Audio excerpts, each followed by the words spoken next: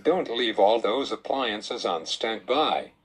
The cost of living crisis has attracted a raft of energy-saving suggestions.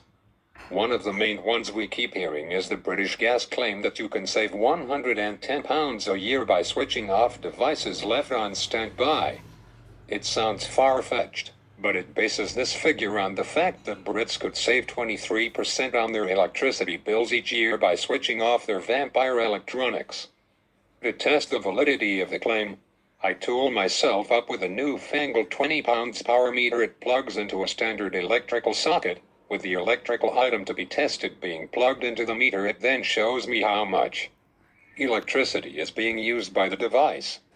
I start with my phone charger plugged into a socket in the kitchen of my house in Hertfordshire.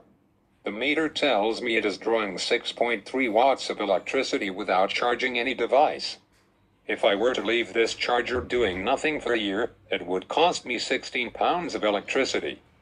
Being a family of 4, and with chargers coming out of our ears, I estimate we are spending at least £60 on chargers that for most of the time are doing nothing but consuming electricity. I then try the TV that spends its days and nights on standby. It gives off a reading of 27 watts, meaning it is costing me £70 a year for being on standby. Then there is my pride and joy sitting in the corner of the lounge, my stereo. Left on standby, it consumes £80 a year in energy. It appears British Gas has underestimated the savings I can make. Maybe my family is more addicted to new tech than most, but the findings are a surprise. Boil just enough water for a cuppa. I am tired of being told by my wife to fill the kettle with just enough water to brew a cuppa. She tells me the Energy Saving Trust believes using less water in the kettle will save us £8 a year. This is based on the average home boiling its kettle 24 times a week, half filled, 3 times more than required for a cup of tea or coffee. After shaking the kettle to see if it has water inside, I flick on the switch. It suddenly shows 2,226 watts on the meter. At this rate, 3 minutes of boiling works out at about 3p. Perhaps my family is more thirsty than most, as we boil the kettle half a dozen times a day. When it's empty, and no one is looking, I fill it right up and calculate that over a year it uses £66 of electricity. If I boiled enough water for just a single cup, and did not fill the kettle any higher, I might save £32 a year by using less energy. Surprisingly, this is 4 times the industry boast. I am not going to tell my wife. Make the switch to LED energy-efficient bulbs.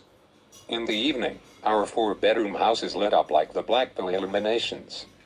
I do not need a meter to tell me to turn off a few lights, but it still comes as a nasty surprise to discover a traditional 100-watt bulb left on for 5 hours a day uses £53 of electricity in a year. The Energy Saving Trust claims I can save £13 a year if I switch to energy-efficient LED bulbs. It bases this calculation on lights being on for an average of 562 hours a year. So by changing all 4 dozen lights in my home, I could knock £624 a year off my energy bill. But Paul Collins, head of technical services at the National Inspection Council for Electrical Installation Contracting, recommends a different approach. He says, there is no need to change the bulbs until they blow, as they cost money to replace and you do not want to create unnecessary waste. Is fully insulating your home really worth it? The Energy Saving Trust says investing in professional draft proofing and insulation can save the average household £405 a year, about a quarter of my annual energy bill. Yet before I get too excited, its literature explains that most homes must first spend £1,905 on cavity wall and loft insulation plus draft proofing to make such savings. That would leave me £1,500 out of pocket the first year, so no thanks.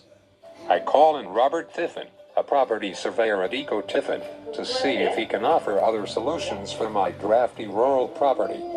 He says, coal bridging, the term used for insulation gaps, is where work is required, and I am afraid it will cost you hundreds of pounds to sort it out. Energy companies such as SSE fall over themselves with laundry tips, such as run your washing machine at full load at 30 degrees centigrade whenever possible. No savings figures are provided, and I do this anyway.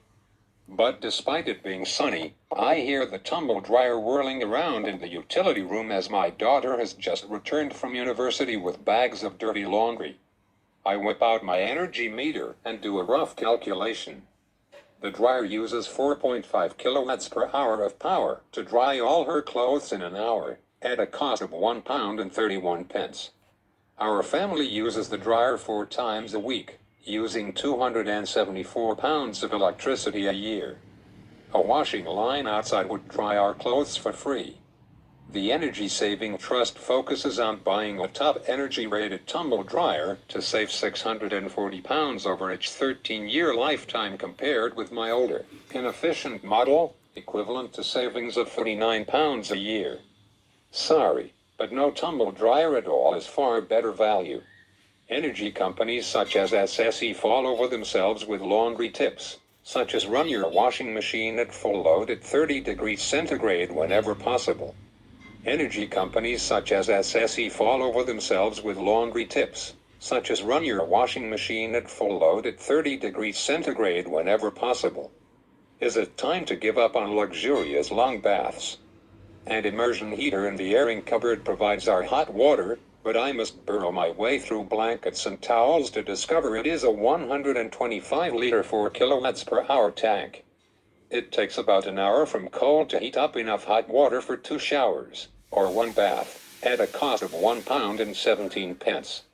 The rest of the family prefer showers, but my idea of a good time is spending an hour in the bath with a favorite book and glass or 2 of beer. If I dump this daily luxury in favor of a shower, I calculate it would knock £213 off our annual energy bill. The Energy Saving Trust offers a quick tip for individuals to take a 4-minute shower to help the average household save £70 in a year. That is not going to happen in this house anytime soon.